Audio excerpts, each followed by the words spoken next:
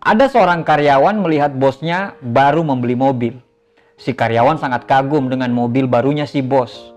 Dia berkata, "Wah, keren banget ya mobilnya bos. Gile, cakep banget." Si bos hanya tersenyum dan berkata, "Itu makanya, ayo lebih kerja keras lagi. Supaya bulan depan aku bisa beli mobil baru lagi. Kamu jangan malas. Kalau kamu malas, impianku nanti nggak bisa terwujud."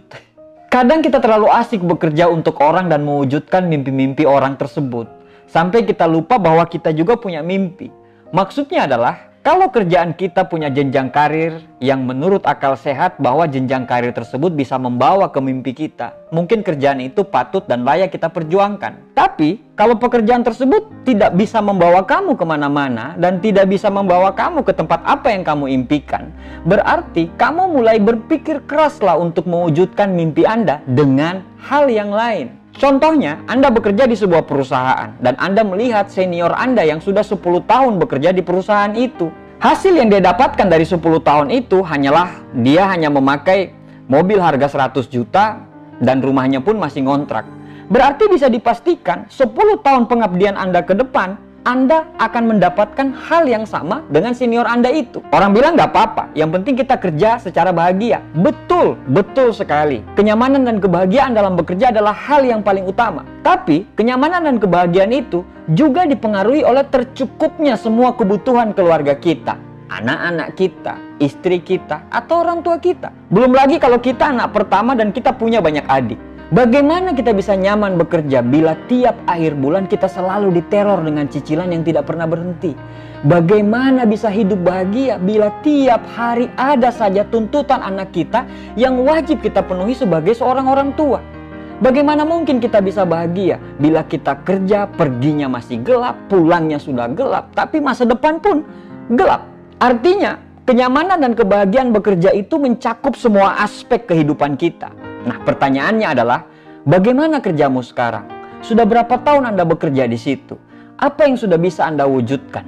Bagaimana istrimu? Bagaimana anakmu? Sudah hidup layakkah mereka? Kalau jawabannya belum, pertanyaan berikutnya adalah, apakah dengan pekerjaan Anda sekarang, Anda yakin bahwa mimpi Anda akan terwujud? Kalau jawabannya ya, berarti teruskan dan jangan berhenti. Selesaikan apa yang sudah Anda mulai. Tapi kalau jawabannya tidak, berarti harus dipikirkan lagi apa yang harus dilakukan. Ada sebuah cerita, seorang karyawan yang bekerja di kantor, dia selalu membawa bekal untuk makan siang. Saat jam makan siang tiba, para karyawan selalu kumpul di sebuah tempat makan.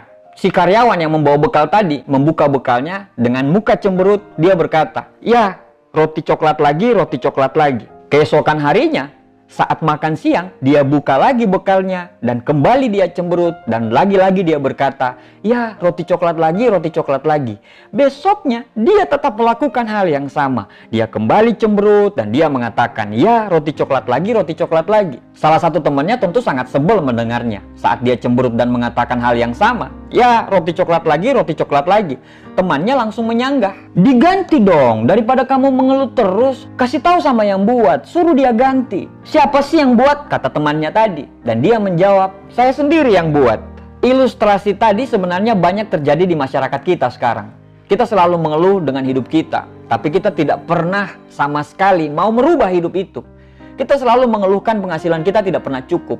Tapi kita tidak pernah berpikir bagaimana supaya penghasilan kita bisa cukup. Kita selalu mengeluhkan tentang perilaku bos kita yang suka sewenang-wenang, kadang sampai melanggar hak asasi kita sebagai seorang manusia. Di kantor kita patuh dengan dia, walau kadang-kadang kata-kata yang keluar semua kebun binatang. Tapi di belakang dia, gantian kita yang mengumpat dia dengan semua kata-kata kebun binatang. Kita tidak suka, kita bete, kita jenuh, tapi besoknya kita kembali lagi ke habitat itu.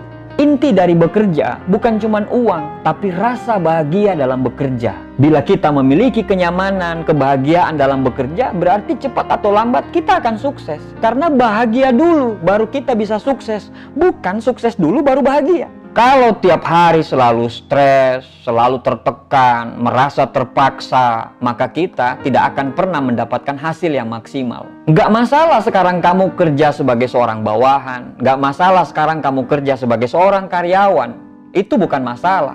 Tapi kamu juga harus mulai berpikir bahwa hidup ini tidak selamanya untuk hidup di bawah telunjuk orang lain. Anda harus mulai berpikir bahwa masa depan kita tergantung pada diri kita sendiri. Dunia kerja itu kejam banget loh bro.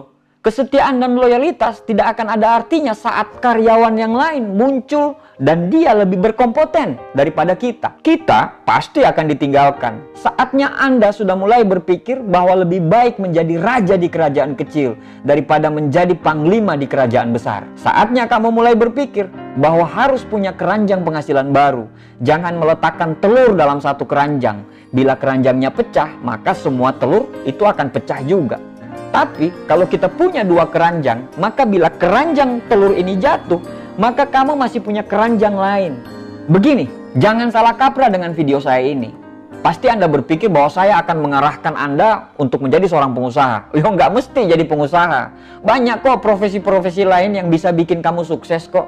YouTuber sukses ada nggak? Ada.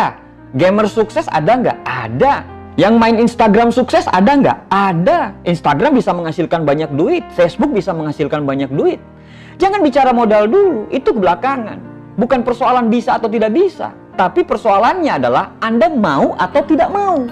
Di mana ada kemauan, di situ pasti ada jalan. Oke Pak, terus apa yang harus saya lakukan? Mulailah melihat dunia luar di luar kehidupan Anda. Mulailah mencari peluang-peluang usaha yang bisa Anda rintis dari nol.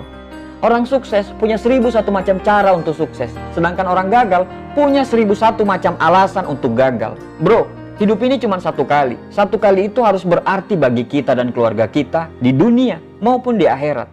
Apapun latar belakang Anda, apapun profesi Anda sekarang, Anda pun layak untuk menjadi apa yang Anda inginkan. Terima kasih dan selamat berpikir.